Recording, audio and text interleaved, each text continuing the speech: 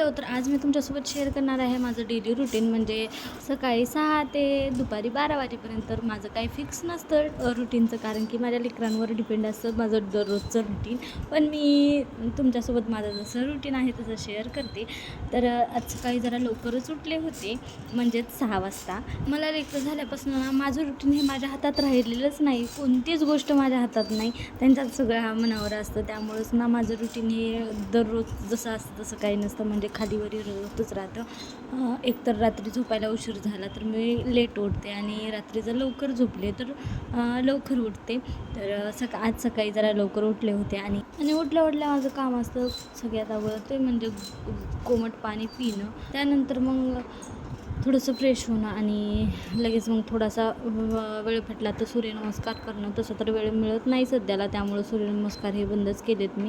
तर तुम्हाला तर माहितीच आहे की आमचं बांधकाम सुरू आहे, आणि त्यामुळंच ना आमचं सगळंच उन्हाळी काम राहिले. त्यासाठीच ना आज लवकर उठून सगळ्यात अगोदर मी ठरवलं होतं की आज डाळी वाळू घालायच्यात, म्हणजे घालायच्यात, काहीही होऊ देत. आज काय वॉटरिंग करायची नाही. त्याचं कारण म्हणजे ना वॉटरिंग भरपूर झाली, तुम्हाला सुद्धा दिसत असेल की भिंती पूर्ण पांढऱ्या झाल्यात, फुल वॉटरिंग झाली. त्यासाठीच ना वॉटरिंग बंद केली, आणि आजपासून म्हणलं की चला उन्हाळी कामाला सुरुवात करूया. तर आज पहिल्यांदा मी डाळी वाळू घातल्या. तर ह्या डाळी महिना झाला असेल आईनं करून आणल्या होत्या, आणि त्या तशाच पोत्यामध्ये ठेवल्या होत्या. तर सकाळी सकाळी ना आम्ही दोघांनी डाळी वाळू घातल्या. तर ही डाळ आहे हरभऱ्याची, आणि तिकडं वाळू घातलेली आहे तुरीची. तर ह्या 2 डाळी मी आज वाळू घातल्या. उद्याच्याला गहू वाळू घालायचेत, आणि त्यानंतर मग कुरवड्या, पापुड्या, खारवड्या, जे काही उन्हाळी काम आहे ते करायचे. कारण की ना लेकरं आहेत, आणि प्रत्येक सणाला तळण हे लागतंच. त्यासाठीच आम्हाला सगळं बनवायचे.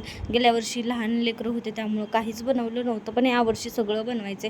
कारण की ना आमच्या घरामध्ये एक कुरवडीचा तुकडा नाही, आणि कुरवडी ही प्रत्येक सणाला आपल्याला लागतेच. त्यामुळंच ना कुरवड्या तर अगोदर बनवायच्यात. कालच गहू भिजवून ठेवलेत, आणि गुरुवारी त्याची चिक्की घेऊन शुक्रवारी कुरवड्या घालायच्यात. तर दररोज एक एक असं काम करायचे. त्यानंतर मग गहू वगैरे वाळू घातले, आणि त्यानंतर खाली आले. तर बघा, सगळ्यात अगोदर मी फ्रेश झाले, कारण की 8 वाजले होते, तरी पण ऊन खूप जास्त होतं.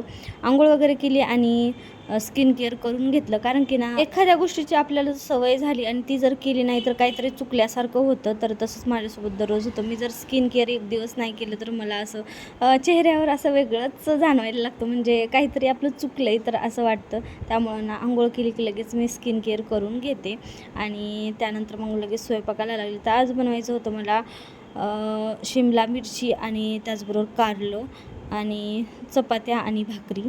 तर बघा, इथं एवढा सारा पसारा माझ्याकडून होतोच, कारण की ना खाली काही जागा नाही. म्हणजे खाली ठेवायला ना काही ठेवलं की लगेच लेकरं इकडं तिकडं फेकून देतात. त्यासाठी ना खाली मी काहीच ठेवत नाही. किचन ओट्यावर जेवढा राडा पडेल तेवढा पडू देते, आणि त्यानंतर मग ते सगळं आवरून घेते. किचन ओटासुद्धा खूप छोटा आहे, वर एकदम छान आणि प्रशस्त होणार आहे त्यामुळे. कारण की ना इथं ना किचन ओट्यावर जागाच पुरत नाही. म्हणजे थोडं सामान ठेवलं की लगेच किचन ओटा असा गजबज वाटायला लागतो त्या, आणि मला ना किचन ओट्यावर जास्त काही सामान ठेवू वाटत नाही. पण आता नाही इलाज आहे, त्यासाठी सगळं ठेवावंच लागतं. त्यामुळेच एवढा सगळा राडा दिसत होता, तर तो जरा इग्नोर करा. आणि त्यानंतर मग छान अशी देवाची पूजासुद्धा करून घेतली, कारण की ना आता आहे अधिक महिना, आणि देवाची सकाळी सकाळी पूजा केली की छान आणि फ्रेश वाटायला लागतं.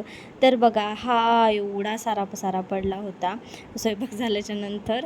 तर घरं वगैरे सगळे आवरून घेतले, आणि आता झाडून आणि किचन ओटा आवरायचा राहिलेला होता.